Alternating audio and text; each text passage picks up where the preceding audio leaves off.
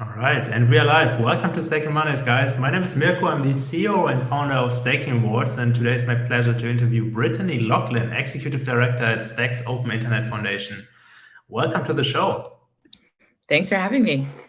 Awesome. Yeah, it's great to have you. And for everyone who doesn't know Brittany, like you joined Stacks in May 2020 after spending 6.5 years as a founding partner at Lattice Ventures as an early stage investor.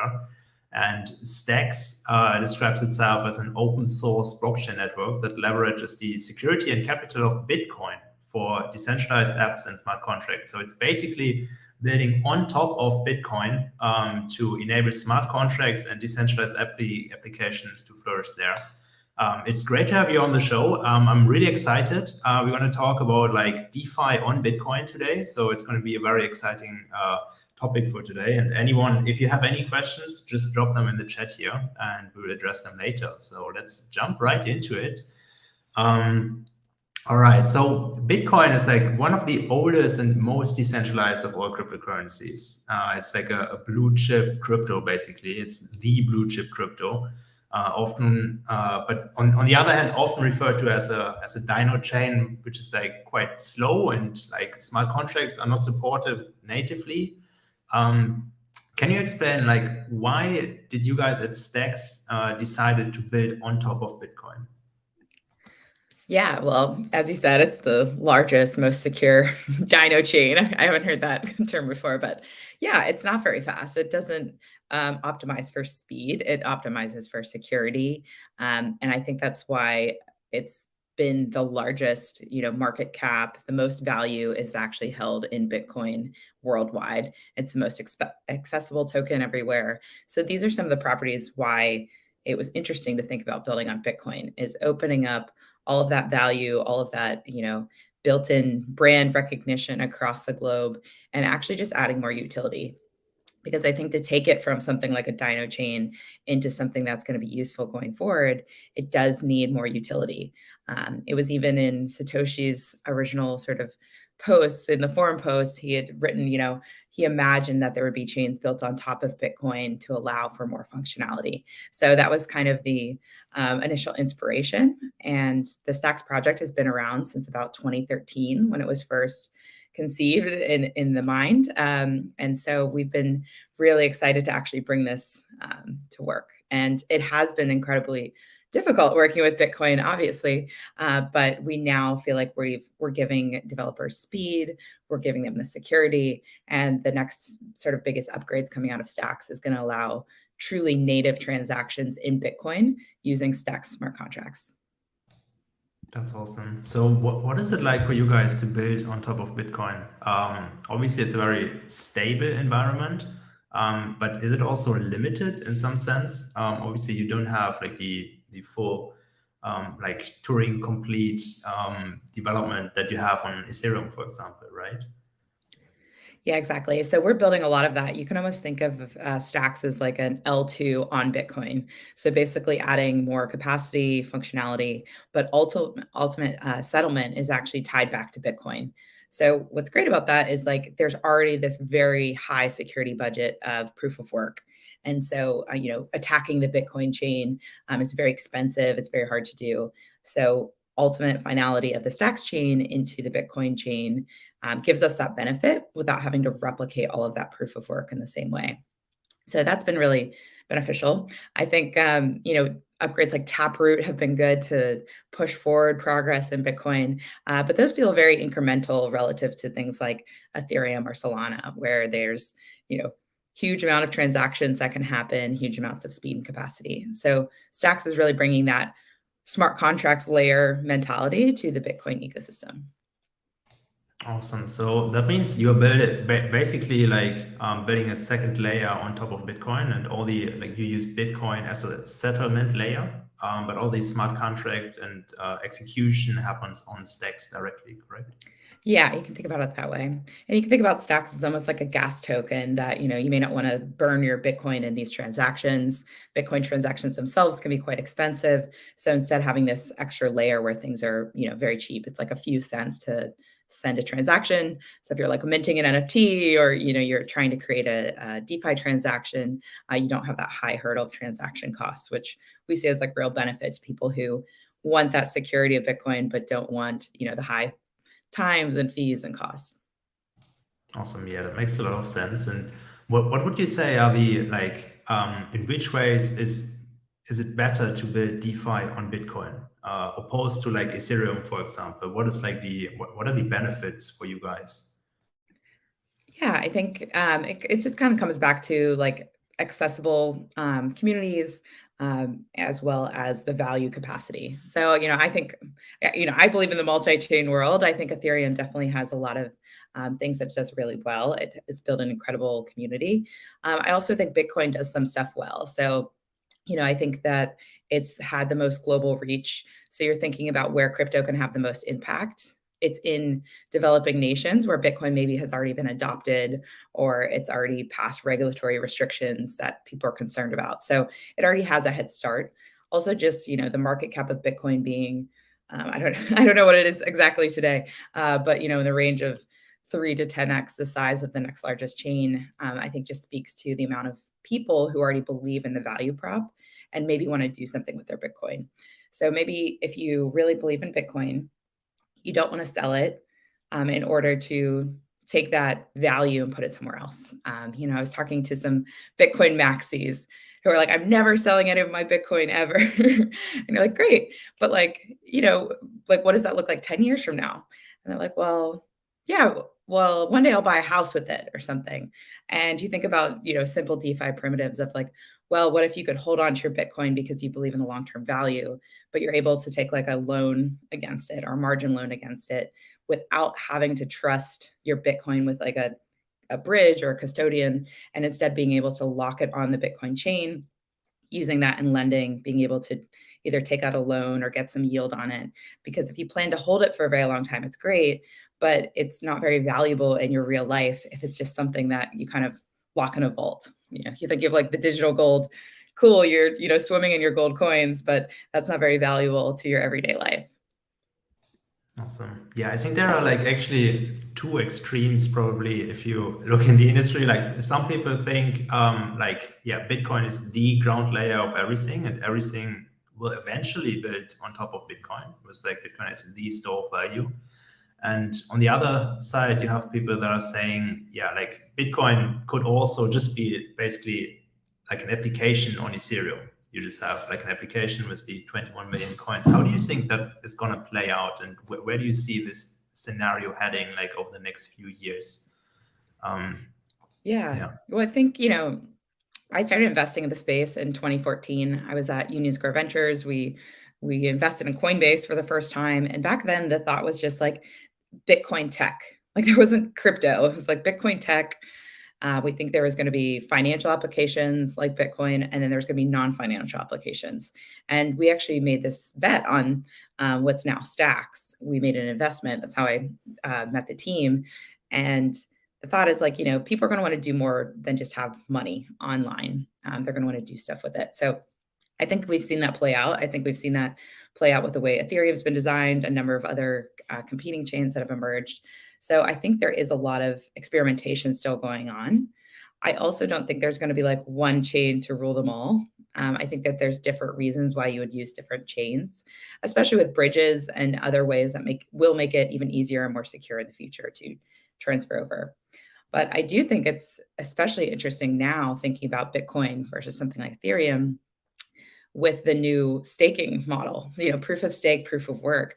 I think these are excellent experiments that like both of them have different advantages and disadvantages.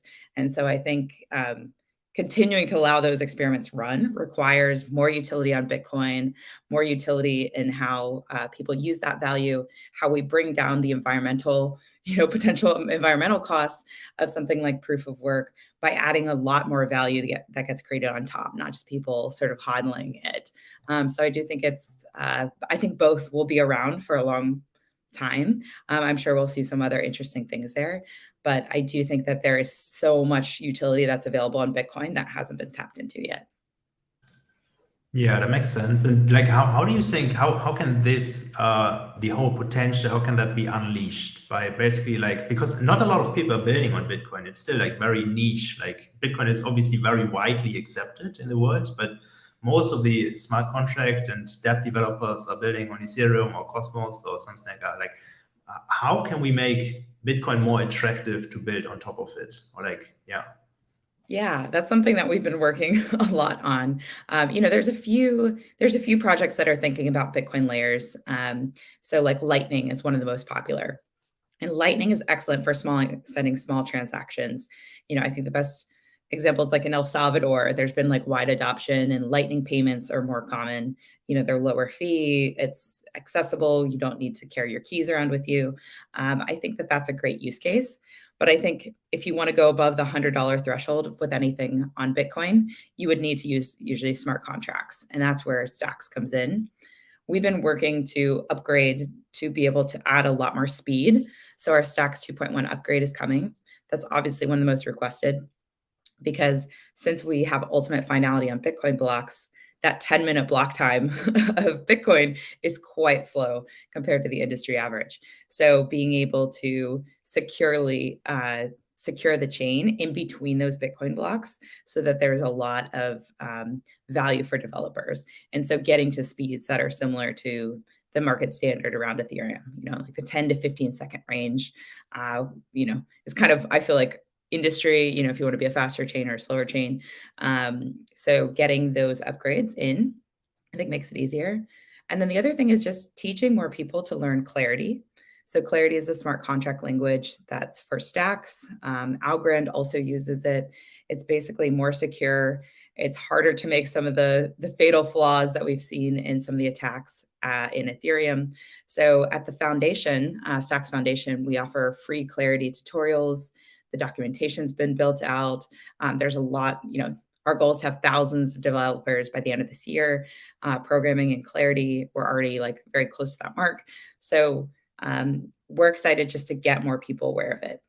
But, crypto moves very fast. It may feel like there's already clear winners, but, 3 years ago, there weren't NFT projects. We were more in the ICO era. Even DeFi was not even a commonly used term in our vernacular. So I do think it is still very early, and we are very bullish that there are so many use cases that can be brought to Bitcoin that already exist in other chains.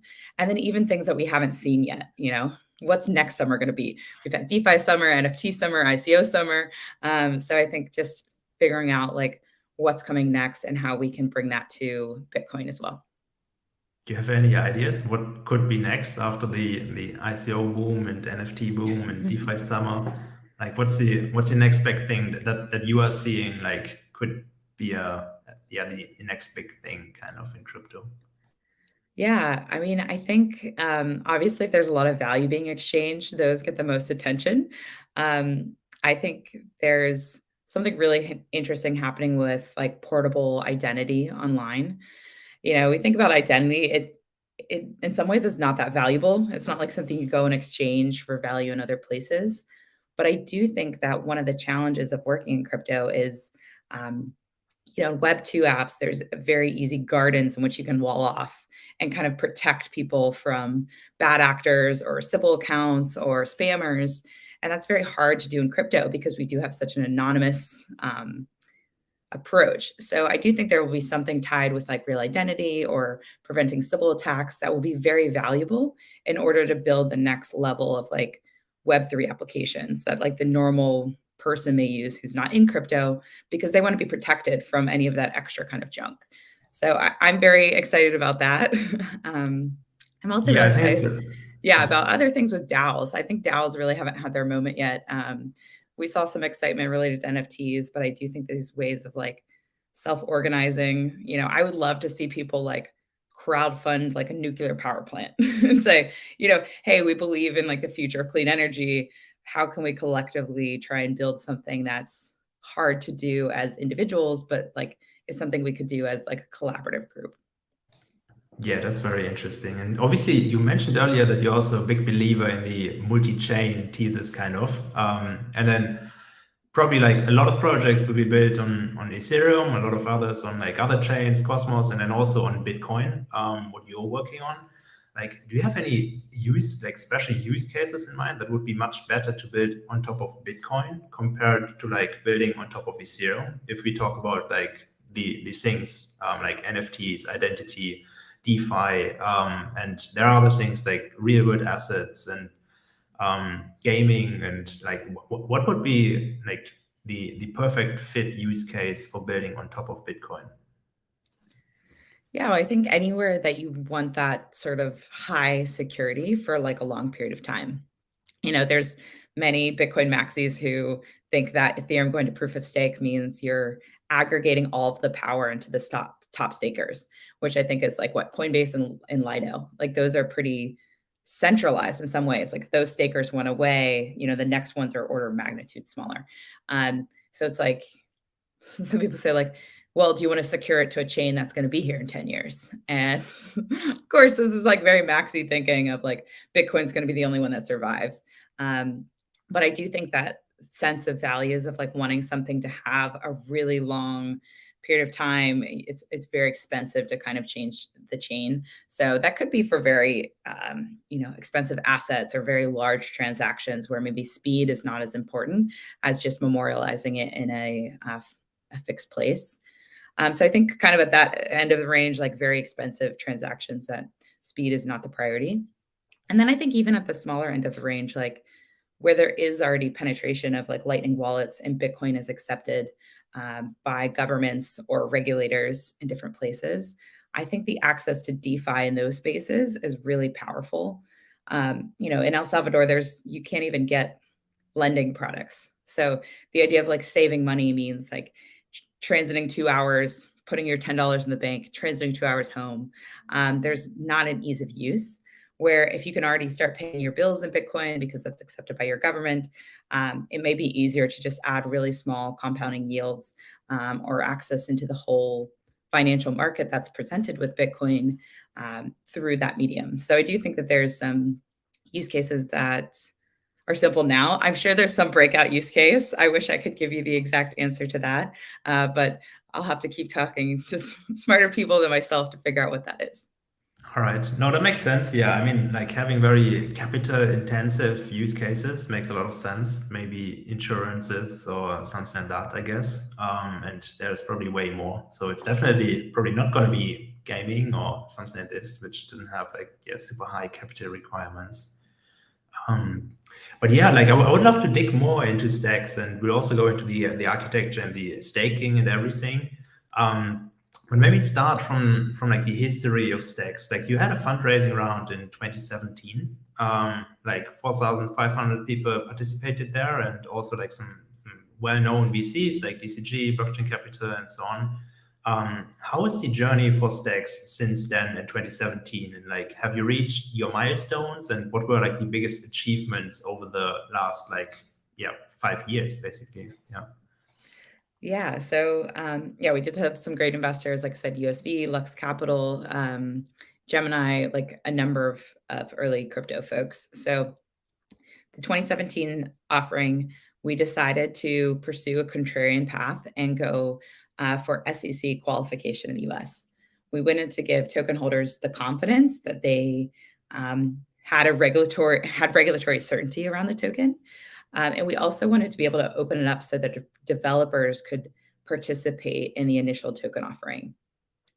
So instead of just like big VCs who are accredited could participate, we actually went through the process so we could open up the sale to anyone. They don't have to be accredited in the US, which is a very big hurdle. When we started down that path, we didn't know how long it would take. I actually joined the team over at Blockstack, at the time that's what it's called, to help do the SEC qualification. And we finally got approval in 2019, and we were able to open up that token sale at the original price, the 2017 price, to people who had had interest in participating but couldn't. And through that, we were able to open up our token. That was great, but obviously there was a lot of time spent. We were building the tech on the back end, but just waiting for the regulatory certainty. So once we got qualified, first project to do it, really paved the path there. It was thinking about, okay, how do we then open up these token markets? So that took almost another year to really get it launched in the US because of regulatory uncertainty. The SEC was clear about what the token should do, but then how you actually were able to qualify for trading was something totally different. So getting that first listing on Coinbase was a really big deal for us as well. And that kind of coincided not too far from our mainnet launch. So our mainnet launch happened in 2021, January 2021. So about a year and a half ago. And that was a huge thing because it brought smart contracts. Before we were known more for identity. So you had a block stick ID that you could use in different applications, storage for Gaia, a decentralized storage, which Gaia is decentralized storage, but you could actually use other storage providers on the back end. So IPFS integrated with a number of things there. So those milestones, I feel in the last 18 months, it's just we've seen incredible explosion of growth, the growth of Clarity, people rating smart contracts, NFTs. We've had our first, large DeFi projects. And then just a lot of utility just for the average Stacks holder, because the launch of mainnet actually brought stacking, which is kind of similar to staking, being at staking rewards. But instead of earning in the native asset, you actually can lock your stacks and earn Bitcoin. So getting a Bitcoin yield has been something that's really excited people, not only because it provides value to themselves, but also thinking about interesting ways to apply that in NFTs. What if you have an NFT and you really believe in it and you could hold it and actually just earn a Bitcoin yield by holding it, not waiting to sell it in order to capture some of that value? Yeah, that's pretty fascinating. And would love to dig more into that. But so looking at the past years, a lot of things happened there. Were there any events that kind of where you changed your direction or strategy, or has that been influenced by all the different narratives that were happening in the ecosystem? And it feels like there's so much happening in crypto every day. How has the whole development of the crypto space influenced the strategy of you guys building stacks? Yeah. So I'm at the foundation now. Our goal is how do we realize this mission of building on Bitcoin? We do that through supporting developers, free education, free tooling, hackathons, online camps. We also support entrepreneurs. We have a great grants program for people to build out different pieces of open source software, pieces of their businesses. And then we also help support governance. So those three things are what we care about. We do have an engineer that's contributing to the core development, but in some ways we do not set what the core development will look like.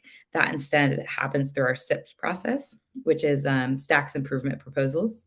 So anyone can participate in those, provide reasoning or thoughts on where the change should go. And then we just help make sure that those proposals get scoped out and they get considered and they get voted on, and then they get put to a vote. So with that, it's in some ways we have less control over what's happening, but some of the upgrades that are coming in the next month of Stacks 2.1, which was all committed by the community, are around some upgrades to make bridging easier, some things that make native Bitcoin NFTs easier using Stacks. So there's some small improvements like that, as well as things like speed. So how do you get more transactions through? 2 years ago, I think the bar for what speed meant has shifted a lot, just with faster chains. It's not our goal probably to be, to compete and be the number one on speed. I don't think the chain, that's the value that you're getting out of building on Bitcoin. But it does mean we have to keep up with standards. So, like I said, the sort of 10 to 15 seconds, I think is standard. We need to be in that range, if not faster, in order to make it enticing for developers and consumers to use it. Yeah, definitely. That makes a lot of sense. And so you already mentioned quite a few different projects building on stacks, identity bridges and so on. Can you walk us through the stacks ecosystem? Which dApps are there to highlight, or What are like exciting projects that you are personally looking forward to as well in the Stacks ecosystem? Yeah. Well, I think, we've seen similar trends in other places of crypto, but we had a huge excitement around NFTs, kind of for a few reasons. One, people were excited about the values of Bitcoin and they wanted to open up NFTs to Bitcoiners. So they're like, how can we do this? How can we build this? So there's a number of projects that support NFT marketplaces. That includes Hey Byzantine, and Gamma. They're great places if you want to mint an NFT or if you want to find an NFT built on Stacks. There's also a lot of excitement because like the fee to mint on Stacks is, like less than $1. So it's very different than, spending $300-400 just to purchase a single NFT or make a single NFT.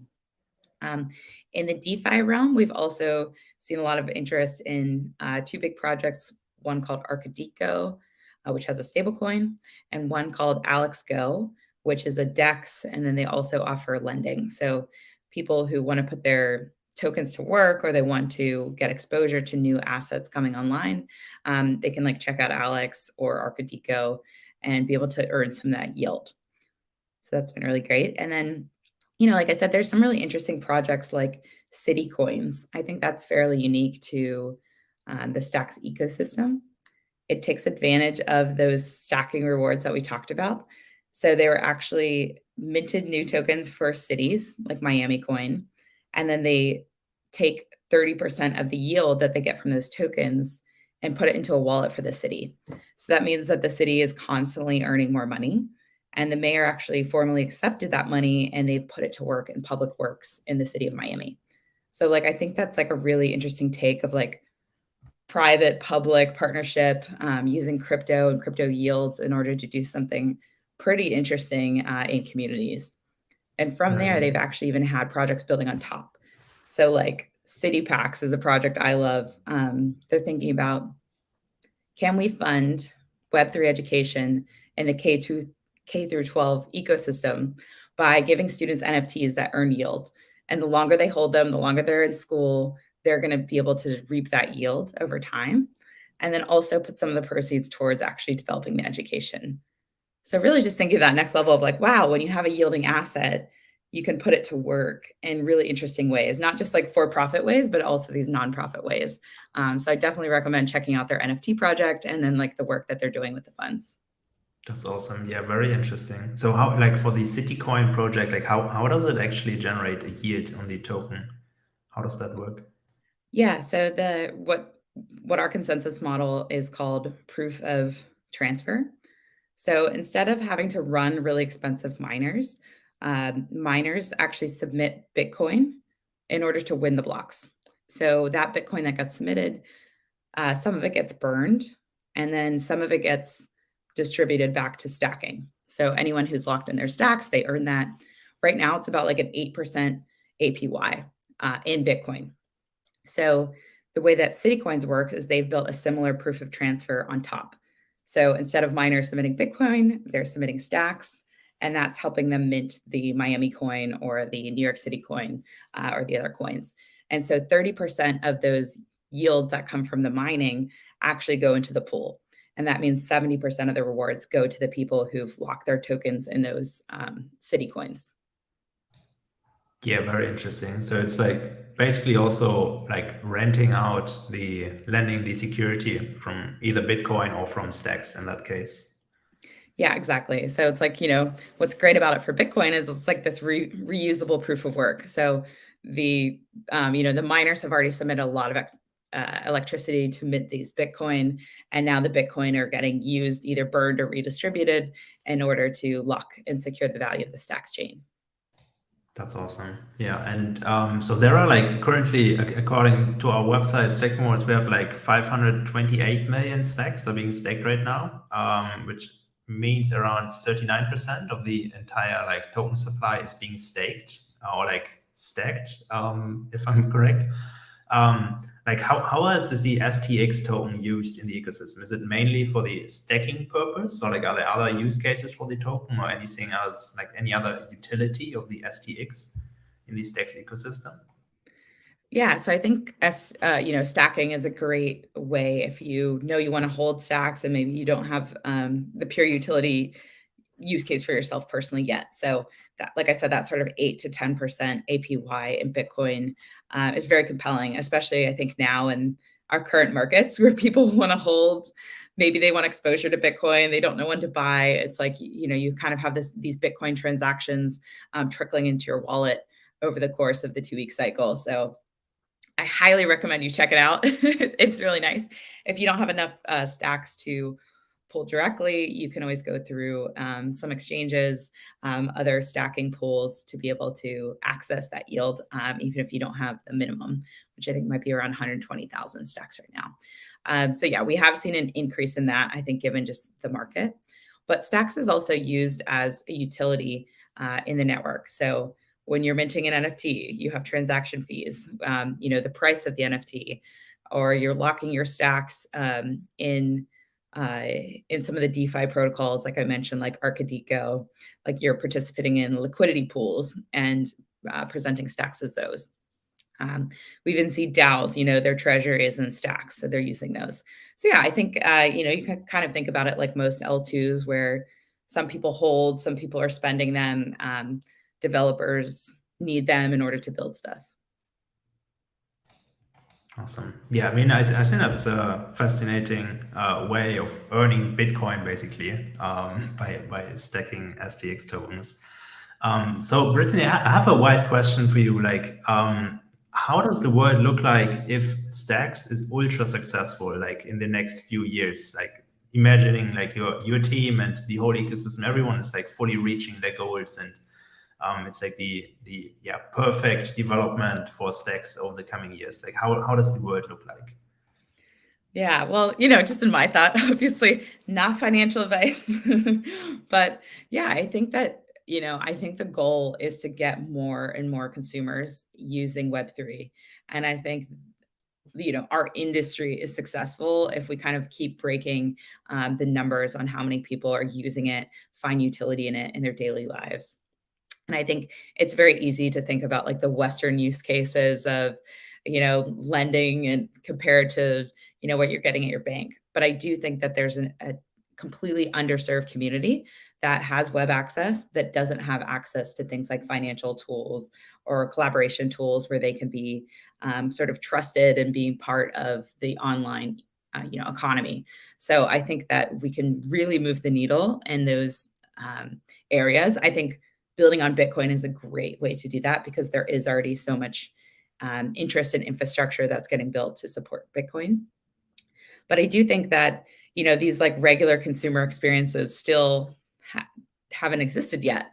And so for us at the foundation, we believe that having entrepreneurs who are the most excited about building in Web3, getting the tools they need, getting capital they need, getting, building the community that they need, that's really the hard part. And if we're successful in getting more people interested in building these new experiences, like that is the win for everyone. And I think with Bitcoin in particular, I think if we can take that market cap of Bitcoin and build just as much value on top of Bitcoin as the market cap of Bitcoin, that is like a huge win and success. I mean, even looking at our sort of goals, it's like, are we successful? Is there enough value being created on top of stacks? And what is that relative to the Bitcoin market cap? So we're like, maybe that's 1,000 companies exist. Maybe it's at first 5% of the Bitcoin market cap. Maybe it's 10% of the Bitcoin market cap. Like, how do we continue to just create so much value on top that, Bitcoin's an important chain, but maybe even these like chains that spin off of Bitcoin are just as valuable. Awesome. Is there or like could it be that like the value built on top of Stacks exceeds the value of Bitcoin, or would that be a risk for these applications, or that's technically feasible? Yeah, I think it's technically feasible. I mean, I think even what you've seen in some of these other, especially when you think about DeFi and people are using leverage in order to like attract more value than exists. I do think that the market cap of Bitcoin is Right now, it's the gold standard. I don't know if it'll always stay that way, but maybe for the positive, maybe because there's such robust ecosystems using it. Kind of like Ethereum. Like if you look at all the value of all of the activity that's happening on Ethereum, a lot of it's happening on layer twos. Certain chains have a lot more value, stable coins. So I think there's like a diverse number of use cases that Ethereum helps power, but it's not Ethereum itself that has maybe the highest market cap, but like the aggregation of all of the things built on top definitely exceeds the Ethereum market cap. So I think that's completely possible in Bitcoin. I think we will see it. And I think Bitcoin maxis and other people will be excited by that because it's creating more value, more sustainability, more reuse of all this energy that's already gone into making Bitcoin possible. So that will help give it longevity and not sort of challenge it. And, we're not attempting to try and rewrite Bitcoin. Most people don't want it really tampered with. This is just taking the existing infrastructure that's there, realizing Satoshi's dream of more tokens built on top of it, and more chains that provide utility. Right. So I'm actually just wondering, like, what is the competition like for DeFi on Bitcoin? Are there other projects that also enable DeFi on Bitcoin, or like, is there even native, like on the native protocol level, like initiatives to bring DeFi on Bitcoin, or like how does the landscape look like for DeFi on Bitcoin? Yeah. So, I think one of the most common things people think of as a Bitcoin layer is Lightning. So Lightning, sort of allows channels and small transactions. There isn't a second token. It's just native to Bitcoin, which I think people like. But it's kind of for very small transactions. So some other folks that are thinking about this is like RSK and Liquid. Those are two other projects. They have other trade-offs, like they don't necessarily have a token, but they do have more maybe potentially like centralized validators in order to verify so that you don't have to wait for the finality in the Bitcoin block. We've tried to make it more decentralized. That's why we have separate miners and why we have a separate gas asset that's out there. But I don't think we're the only ones. And I think the narrative, if you start listening, I mean, even being on here talking about DeFi on Bitcoin, it's a growing narrative of like, wow, there's tons of value from the institutional level down to the smallest holder who want to do stuff with their Bitcoin. They don't want to just hold it and miss out on any other value creation. So I think it's a growing interest area. And we've seen a lot of developers come to Stacks just saying like, I want to build on Bitcoin. That's why I'm here. That's how I heard about it, is because I was looking for the Bitcoin solution. And Stacks right now is the leading smart contracts platform on Bitcoin. So, we've had a bit of a head start. We've been working on this problem for a very long time.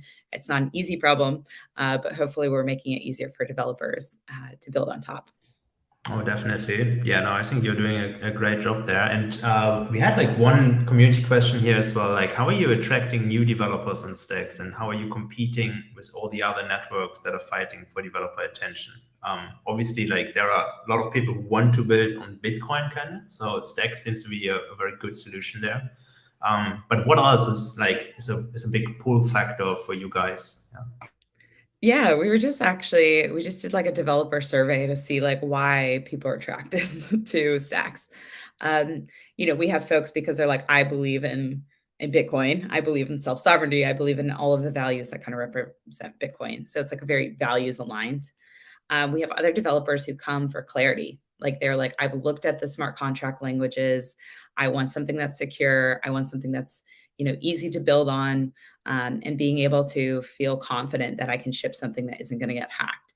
So clarity has been a really driving force. And there's been a lot of investment that we've made in making sure there's documentation and tutorials and free education around that. And so I think that's another thing that's drawn people in. And then I think the third thing is this, like we've seen this huge rush of creatives who've wanted to think about their NFT projects, either because they want the finality of Bitcoin, or they've heard of Bitcoin and they're like, okay, I feel like I can trust this.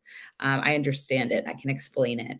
And so they're interested in building their projects. So we've actually run a cohort called the Mintry, which helps creators for free, like go through basically an intensive boot camp to launch their NFT projects on Stacks. And through that, I think those artists have attracted a number of other artists in like the visual artists, video content, audio, musicians. There's some really cool stuff that's coming in. And I see it as a good sign that people aren't coming just for the chain in some ways, like they're coming for the community. They're like, I want to be here because these other artists are here. I want to be here because these other developers are here. They may not be coming in like comparing like the apples to apples of like, well, if I go to, Polygon or Avalanche, I'm going to get these trade-offs. So I think that across Web3, we'll see more of that adoption where it's people come for the people, they come for the community, and want to go places that there's capital, there's resourcing, there's easy to use technology. So those to me are just baseline things we're doing at Stacks that help move the needle, get people in. Awesome. That's really exciting. So yeah, thanks for being on the show. Thanks for all the great insights. And for everyone who just like, for all our listeners who just like learned about Stacks or like learned today about DeFi on Bitcoin, like what's the best ways to follow the latest developments of Stacks, and like what's the best ways to learn more as well and dive deeper or like start even developing, and yeah, like what are the resources, the go-to resources? Yeah. So, stacks.org, we are a very useful resource if you're a developer looking for all the clarity information, clarity tutorials, coding camps, come for that. We also have a grants program. Like we're awarding, I think, like about 2.5 million grants, US dollars worth of grants this year to builders. So it's a great place to get started. If you have a small idea, $2,500 grant is very popular, up to like a $250K grant. And so, that's all on stacks.org. You can also learn about our governance, like how does it work? Who has control? How do I vote? How do I take influence over the future of this chain? All of those things live at stacks.org. And then if you just want general information, stacks.co is kind of a site that gives you access to the full download. Like you want to know what's the history, where can I learn more, where are the white papers. So we keep that directory just for anyone who wants to get the full deep dive. And check us out on Twitter too. The handle @Stacks. That's run by the foundation, but that's a resource where you can find the latest on events, talks like this, and meet some of the community members. Awesome. Really cool. Yeah. So to everyone listening, check out the resources. Also, make sure if you enjoyed this episode, just hit the like button and subscribe to our channel. And check out the previous episodes of Stacking Mondays as well, available on YouTube and Spotify.